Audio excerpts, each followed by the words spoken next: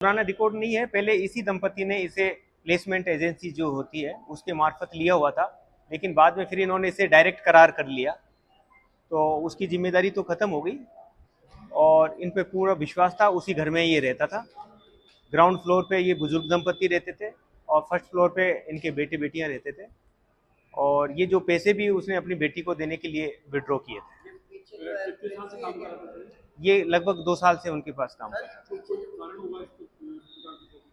था। उसने पूछताछ में लोभ लालच के कारण पैसे चुराना जाहिर किया है। अभी पूछताछ वो जारी है।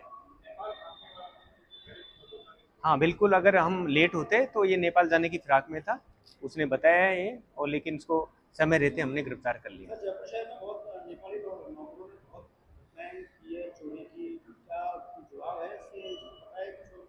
अब वैसे अभी तक तो इसका कोई क्राइम रिकॉर्ड नहीं पाया है, लेकिन हम अब जो भी हैं, जो ऐसे नौकर हैं, उनका प्रॉपर वेरिफिकेशन हो। वैसे वेरिफिकेशन इसका भी किया हुआ था, प्रॉपर पुख्ता, और सारा एड्रेस वगैरह सारा वेरीफाइड था, लेकिन और जो बिना वेरिफिकेशन के रह रहे हैं उसके लिए हमने सभी जिले में एसएचओ और एसीपीज को निर्देशित किया है कि वो इनका सत्यापन करवाएं।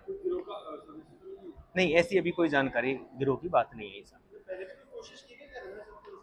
15 लाख रुपए की बुजुर्ग दंपति के साथ फिर कैसे कामयाबी मिली?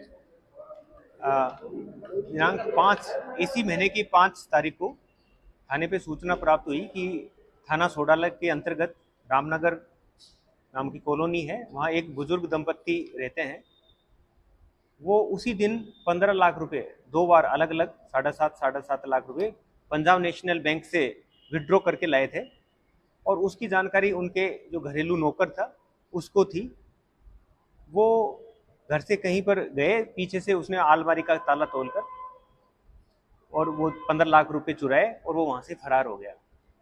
शुरू से ही उनको उन पर शक था कि वो आदमी यहाँ से फरार है, तो पुलिस में उन्होंने शिकायत की। पुलिस ने उसका पीछा करते हुए कल जो है, वो चूंकि बिहार का बांकू जिले का रहने वाला था, तो हमने एक टीम बनाई और मदन लाल हेड कांस्टेबल उनके नेतृत्व में, देशराज और इरफान कांस्टेबल, उनको हमने वहाँ भेजा, और वहाँ उसके गांव के जो उसका खेत था वहाँ से 14,20,000 रुपये हमें बरामद हुए, और उसको वहाँ मुताबिक जो न्यायिक प्रक्रिया है उसके तहत कोर्ट में पेश करके ट्रांजिट रिमांड लिया, और आज लाके हमने उसको कोर्ट में पेश किया। 1 दिन का पीसी रिमांड लिया है।